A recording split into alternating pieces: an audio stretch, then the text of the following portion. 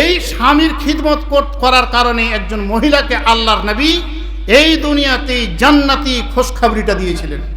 সে মহিলাটাকে মদিনাতুল মুনাওয়ারার খাজরাজ গোত্রের একজন মহিলা। নাম বিভিন্ন মত, বিভিন্ন রকম, বিভিন্ন মত, বিভিন্ন জন বিভিন্ন মত বলছে। কে একজন বলছে মহিলাটার নাম সাহুলা, কেউ বলছে মেয়েটার নাম রুমাইশা, কেউ বলছে মেয়েটার নাম গুমাইশা, কিন্তু উম্মে সোলাইম বলে পরিচিত বেশি। মেয়েটা উম্মে সোলাইম বলে পরিচিত। মেয়েটার বিয়ে হয়েছিল প্রথম স্বামীর নাম হচ্ছে মালিক। মালিক বিয়ে হয়ে যাওয়ার পর এখানে একটা বাচ্চা জন্মগ্রহণ করলো। মা আর বেটা দুজন মানে ইসলাম ধর্ম গ্রহণ করলো। স্বামী ভয় দেখার কারণে সিরিয়া চলে গেল, যে চলে যাব, এদেরকে খাওয়া খরচ দিব না, এরা বাধ্যতা পূর্বের ধর্মে ফিরে আসবে। কিন্তু আল্লাহর কি হুকুম, তার স্বামী মিশরে গিয়ে কিছুদিন পর এখানে ইন্তিকাল করল। এবার উম্মে সুলাইম একটা ছেলের মা। আবু তালহা বলছে, উম্মে সুলাইম তোমাকে আমি বিবাহ করার জন্য পায়গাম দিচ্ছি। এই মা বোন, এইটাই খালি এই হাদিসটা বলে দেওয়ার প্রসেস করব। কি ব্যাপার গো, এটা বাইরের কারণে আসে নাকি? আয় মা বোন, একটু আর বেশি নয়, আর লম্বা করো, কথা বললো তো 15 একেবারে শেষের দিকে একদম চলে এসছে। এবার উম্মে সুলাইম কি হচ্ছে, উম্মে সুলাইমকে আবু তালহা বলছে, উম্মে সুলাইম তোমাকে আমি বিয়ের পায়গাম দিচ্ছি, তুমি আমাকে বিয়ে করে নাও।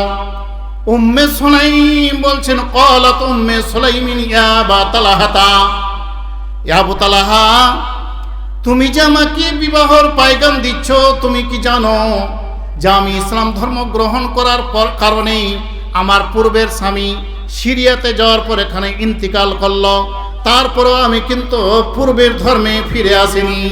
হে আবু তালহা তোমাকে বলি, তুমি শোনো, তুমি যদি ইসলাম ধর্ম গ্রহণ করো তাহলে অবশ্যই আমি তোমার বিবাহর পায়গাম গ্রহণ করে নেব।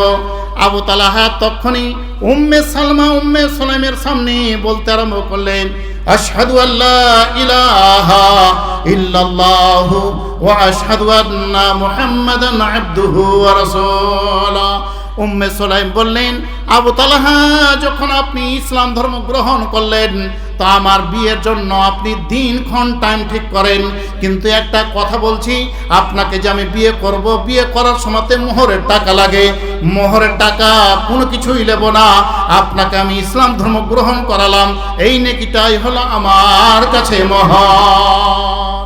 বিবাহ বন্ধনে আবদ্ধ হয়ে গেল। একটা তাদের পেট থেকে শিশু সন্তান জন্মগ্রহণ করল। হাতে একটা বুলবুলি পাখি বলা হয় 7 ভাইয়া পাখিগুলোকে। এই বুলবুলি পাখি নিয়মাইর খেলা করতে করতে বুলবুলি পাখিটা উড়ে চলে যায়। যখন বাড়িতে এসে উমাইর, আল্লাহ পাক রব্বুল আলামিন নবী বললেন, ক্বালান নবী সাল্লাল্লাহু আলাইহি ওয়াসাল্লাম ইয়া আবা উমাইর মা ফালান নগাইর, হে উমাইর তোমার হাতে বুলবুলি পাখিরা ছিল, কোথায় গেল? সেই দিন আবু তালহা আল্লাহর নবীর সাথে সফরে গেলেন, বলে দিলেন, বিবি রে তোমাকে বলি তুমি শুনে নাও, নভেম্বর মাসের আমি 14 তারিখে আসরের পরে আর মাগরিবের আগে এই টাইমটাতে আমি বাড়িতে ফিরবো। সে সময় ফোন নয়, কিন্তু বাড়িতে বলে গেলেন স্বামী ওই দিনই আসবেন। যেই দিন বাড়ি থেকে চলে গেলেন সেই দিন থেকে শুরু করে নিয়ে বেটাও আমার এত অসুস্থ যে সারাদিন সারা রাত কোনো খাবার খাই না, অবিরাম ক্রন্দন করতেই থাকেন। উম্মে সুলাইম একবার মক্কা নিয়ে গেলেন, একবার মদিনা নিয়ে গেলেন, এই কবরাজ ওই কবরাজ, এই ডাক্তার ওই ডাক্তার দেখাচ্ছেন, কিন্তু কোনো জায়গাতে গিয়ে ওই বাচ্চার অসুখ ভালো হয় না। মা যেমন ছেলে কাঁদে তেমনই মা কাঁদে, ছেলে খায় না মাও না খেয়ে আছে, ছেলে ঘুম যায় না মাও ঘুম যায় না। কিন্তু যেই দিন স্বামী বাড়িতে আসতে চেয়েছিলেন সেই দিন আসরের পরে আর মাগরিবের আগেখানে বেটা উমাইর ইন্তিকাল করল। বেটা উমাইর যেমন ইন্তিকাল করল কাউ কি বলে নয়, সুন্দর করে গোসল দিয়ে দেওয়ার পর এখানে একটা চাদর দিয়ে ঢেকে দিয়ে একটা ঘরের ভিতরে চৌকির উপরে রেখে দিলেন। রেখে দিয়েছেন এই কারণেই যে স্বামী আসবে আমার বাড়িতে। স্বামী যেমনই আসছেন, আসার পর এখানে বলছেন ফাকাদ হাদাত নাফসু আরজু আইয়াকুনা কাদিস্তারা। উম্মে সুলাইম বেটা আমার কই? হযরত উম্মে সুলাইম বলছেন যেই দিন আপনি বাড়ি থেকে বিদেশে গেছিলেন সেই দিন থেকে শুরু করে নিয়ে কিছুক্ষণ পূর্ব পর্যন্ত বেটা উমাইর অসুস্থ, এমন অসুখ ছিল যেটা ভাষায় প্রকাশ করার নয়।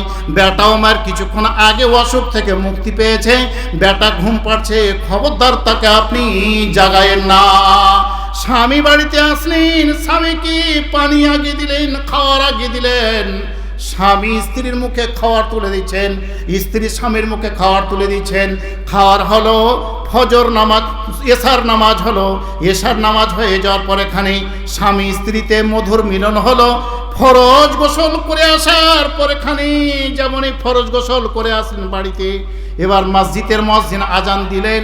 সেই সময়খানে উম্মে সুলাইম স্বামীকে জড়িয়ে ধরার পর এখানে গালে চুমু দিয়ে, কপালে চুমু দিয়ে বলছেন স্বামী গো, আপনি বলেন যে আপনি আমার উপরে অসন্তুষ্ট হবেন না।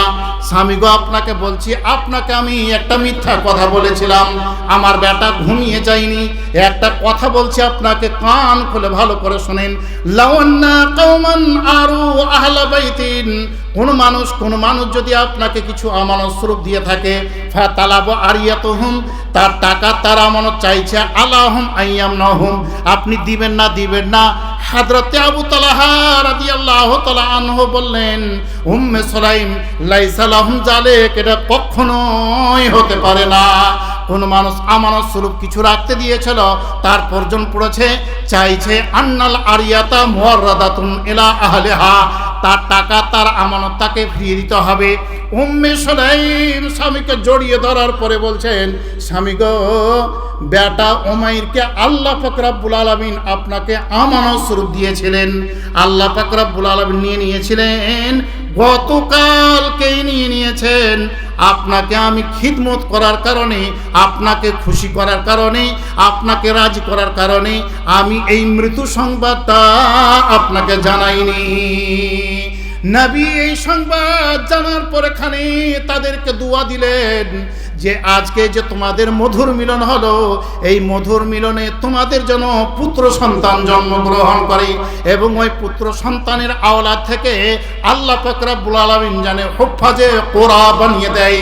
তার আওলাদ থেকে 7খানা সন্তান জন্মগ্রহণ করেছিল এবং 7খানা সন্তানকে কোরআনের হাফিজ বানিয়েছিলেন।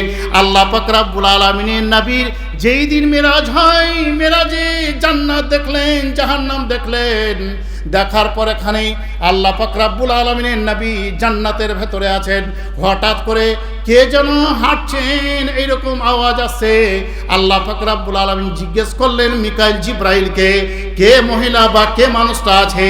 আল্লাহ পাক রব্বুল আলামিন নবীকে বলা হলো, ওই মহিলাটা হচ্ছে রুমাইসা, অর্থাৎ উম্মে সুলাইম।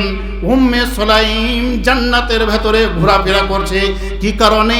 যে তার স্বামীর খিদমতটা আল্লাহর নিকটে এত পছন্দনীয় হয়েছে যে উম্মে সুলাইম ইন্তিকাল করেনি, তার আগেই জান্নাতি বলে ঘোষণা করে দেওয়া হয়েছে। নারে তাকবীর!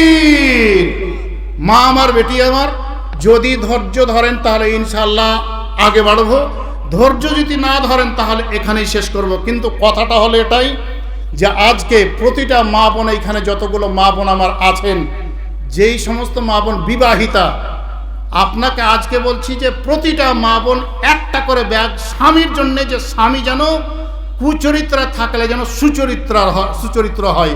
স্বামী যত রকম গুণ তার ভেতরে সম্পূর্ণ গুণ যেন আল্লাহ দেয়। অবশ্যই কথা বলছি, আল্লাহর কথার কসম খেয়ে বলছি, প্রতিটা মা বোন, বিবাহিতা মা বোন নিজ নিজ স্বামীর দান দেওয়ার সময়তে, লিখাবার সময়তে এই কথাটাই বলিয়েন মনের ভেতরে যে আল্লাহ, তুমি আমার স্বামীকে এমনভাবে তুমি ইসলামের খাদেম বানাও এবং এমনভাবে তুমি আমাকে ভালোবাসো যেন তাই এই ধারণা তুমি আমার স্বামীর চরিত্রটাকে তুমি গঠন করিও। যে বেটি আমার, মা আমার বিয়ে হয়নি, তারা দোয়া করব তাদের জন্য যে আল্লাহ যেন তাদেরকে আল্লাহওয়ালা আল্লাহ ওয়ালা এরকম পুরুষ দেয়, এরকম স্বামী দেয়।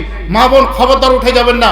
একটা গাজাল বলছি, আর প্রতিটা মা খোদার কসম দিয়ে বলছি, প্রতিটা মা কমসে কম একটা করে সিমেন্টের বস্তা অবশ্যই দেবেন। আমার পক্ষ থেকে যাচ্ছেন এই যে আদায়কারী সাহেব, অবশ্যই প্রতিটা মা নাম শুনবো, শেষখানে দোয়া করব ইনশাল্লাহ, তারপর এখানে যাবেন।